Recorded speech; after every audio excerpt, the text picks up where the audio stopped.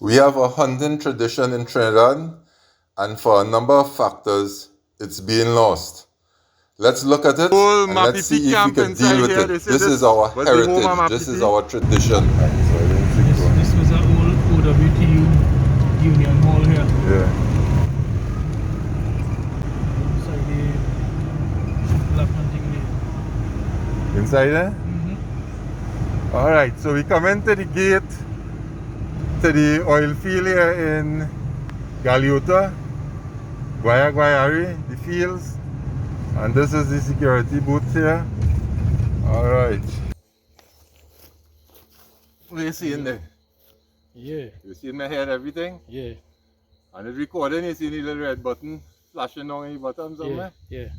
Yeah, so these are our traditional hunting camps where the father, the son, the grandson. So along the road we have all our little old camps like this. This part of the tradition of this hunting thing in Trinidad. And because of lack of ability to enter at times, all this tradition is being lost. The hunters not getting to come and maintain the camp.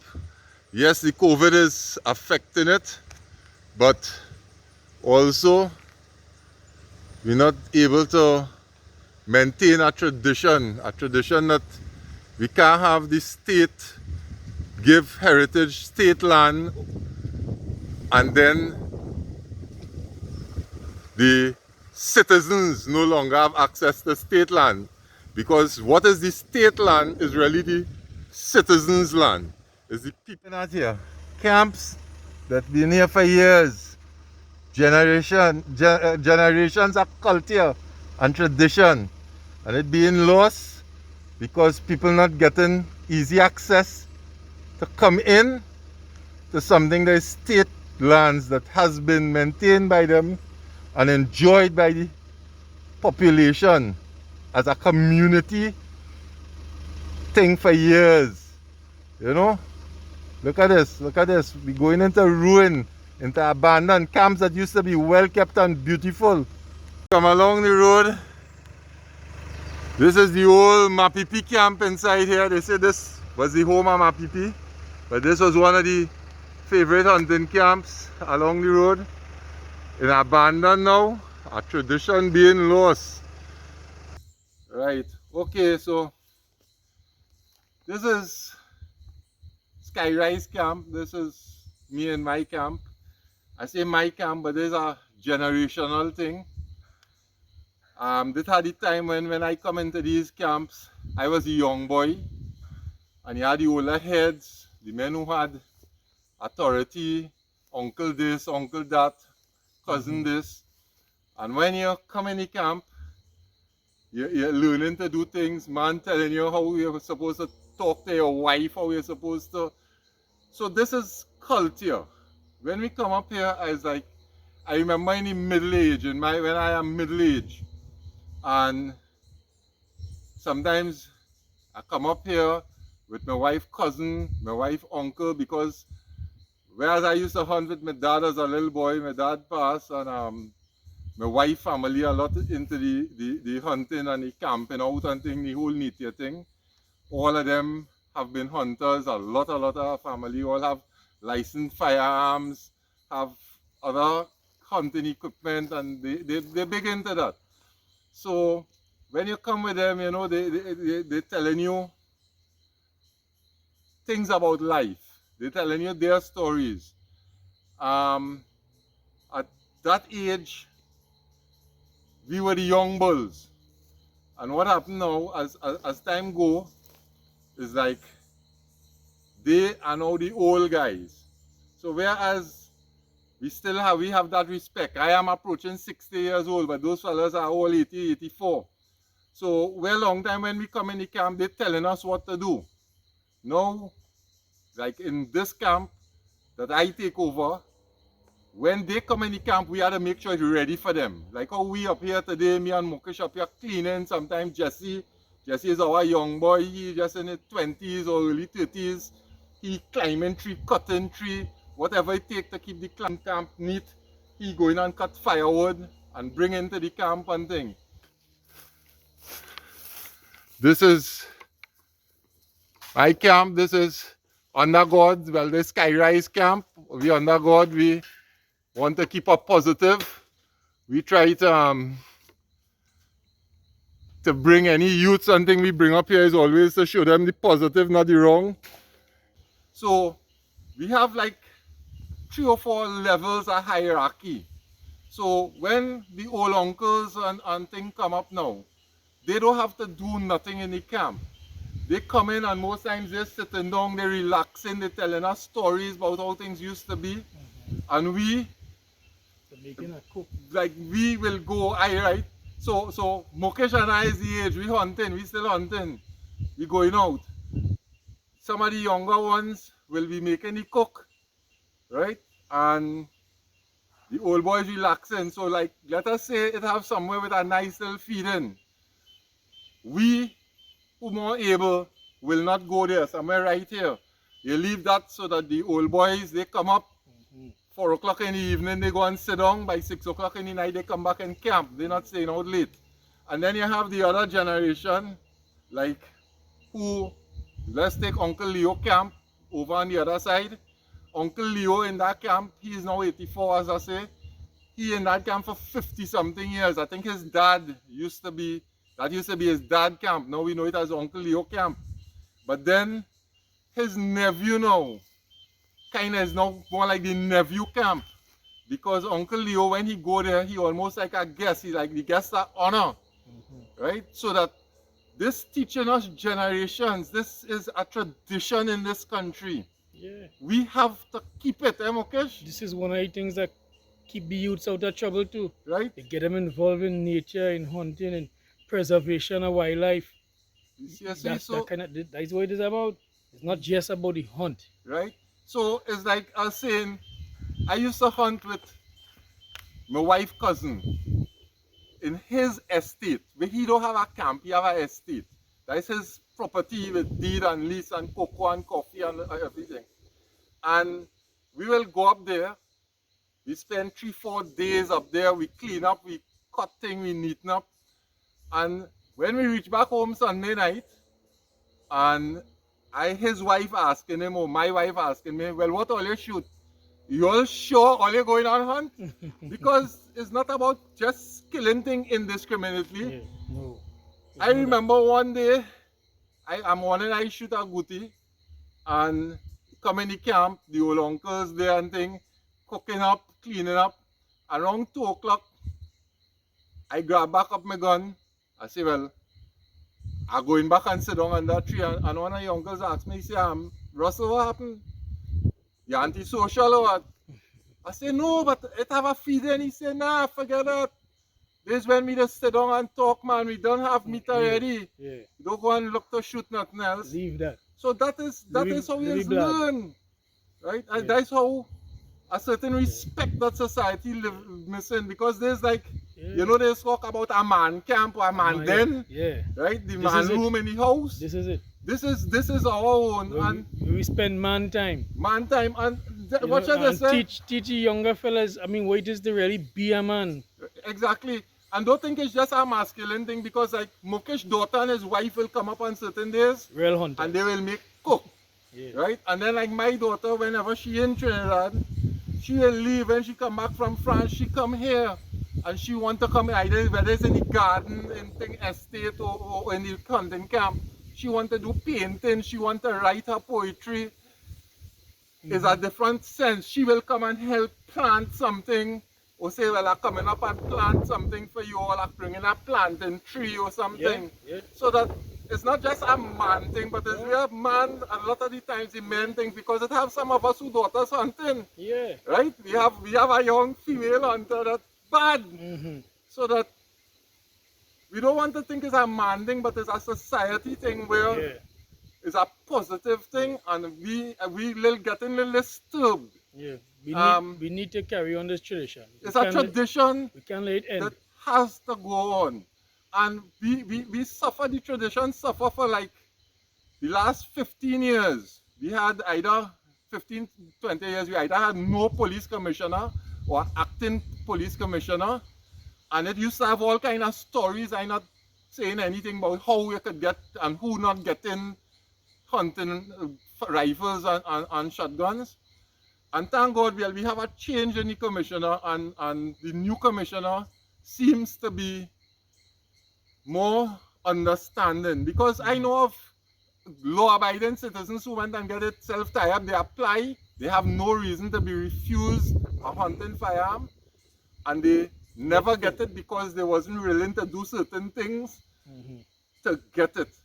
And they end up going and do the wrong thing and end up, unfortunately, tied up. And my experience is any bona fide hunter not going and use his licensed firearm to get himself in trouble, because it's going to deprive him the future years of hunting. In everything, it have somebody who will do something stupid, but you could pick up a cutlass and do something stupid. All of us go through psychometric tests to get a firearm. So that we're glad that it have a new commissioner over the past few years. Don't mind his thing about the turn again, that has had a different approach.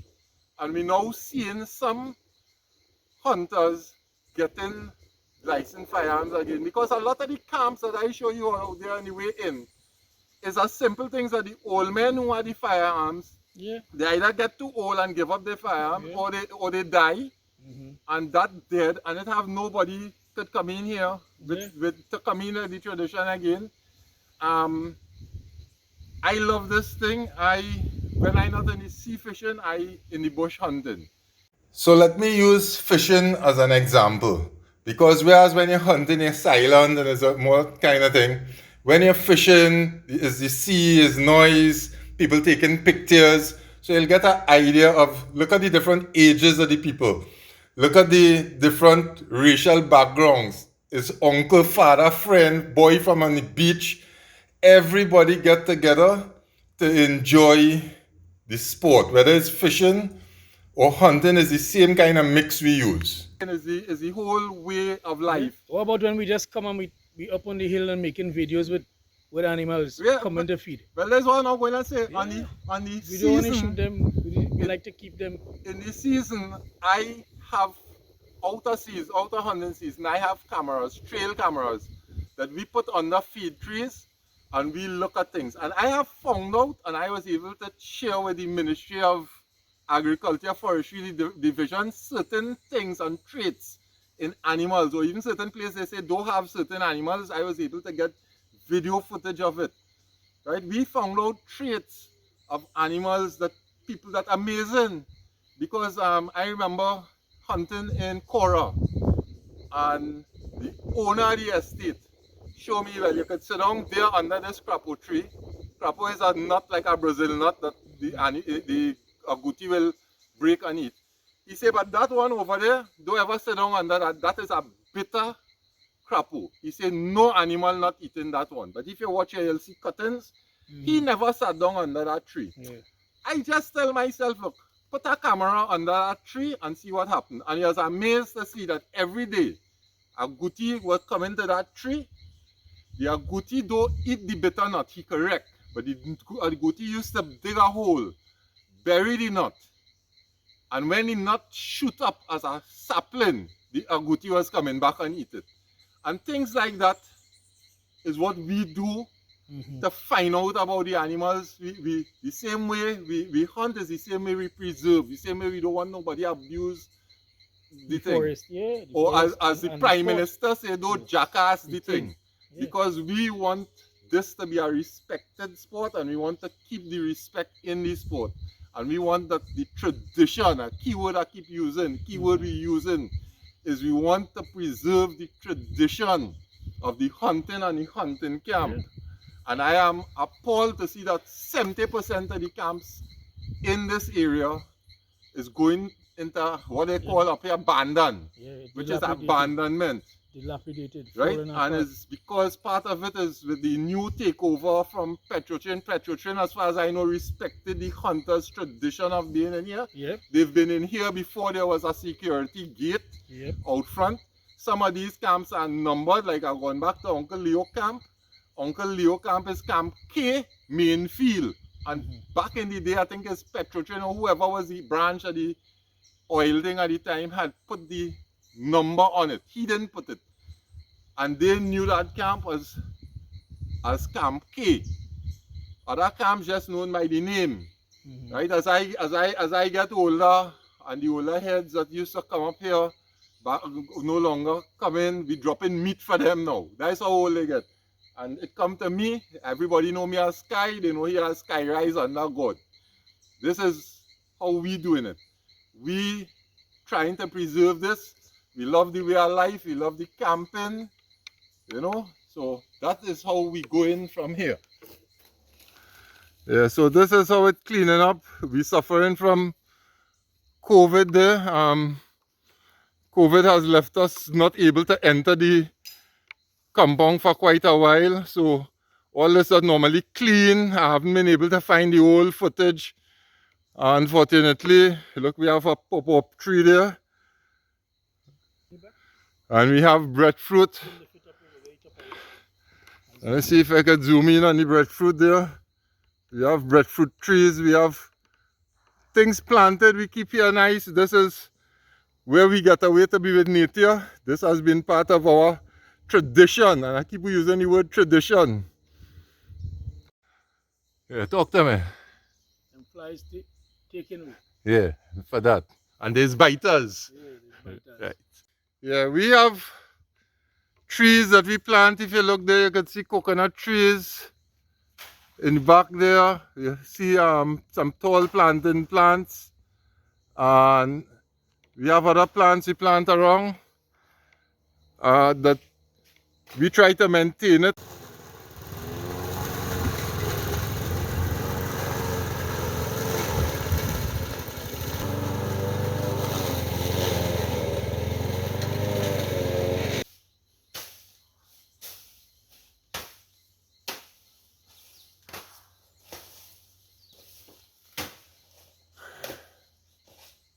Right, pump and spray.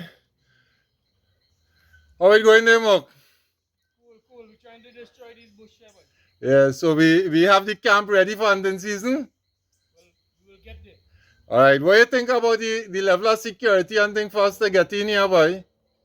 Plenty security, boy. Tight security. Yeah, I find that getting a little out of hand. Nice. I don't understand why we had to go through that. Nice. It's like they're working hard to kill a tradition that father and son, grandfather, uncle, old people, young people, everything just get together and do something constructive. Well, you're stating the obvious.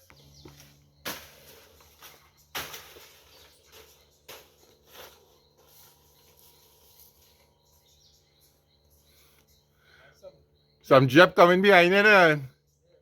Yeah, take care by there. Go around the other side there. So let me ask you something now. The hours you just put in just maintaining the camp. That is all part of the entertainment, eh? Right? We understand that it have people who coming into these areas to thief pipe and thief steel and thing, eh? But we have some of the people that object to that. Right. If we hear that can happen. All right. Right, something could be eliminated if we hear. Right, because Keeping us out is like if there's fuel in that industry. yeah, right. And we want to conserve this way of life. We want this. None of us trying to build house here. For years, I mean, look, Pat Uncle up here for over 50 something years. He have camp, he's 84 I think now, eh? Or 82. Right? So the idea is this is a tradition, this is a national tradition. And we don't want to see people coming in the area and thief or interfere with the oil installation or anything. We have lived in harmony with it for many years.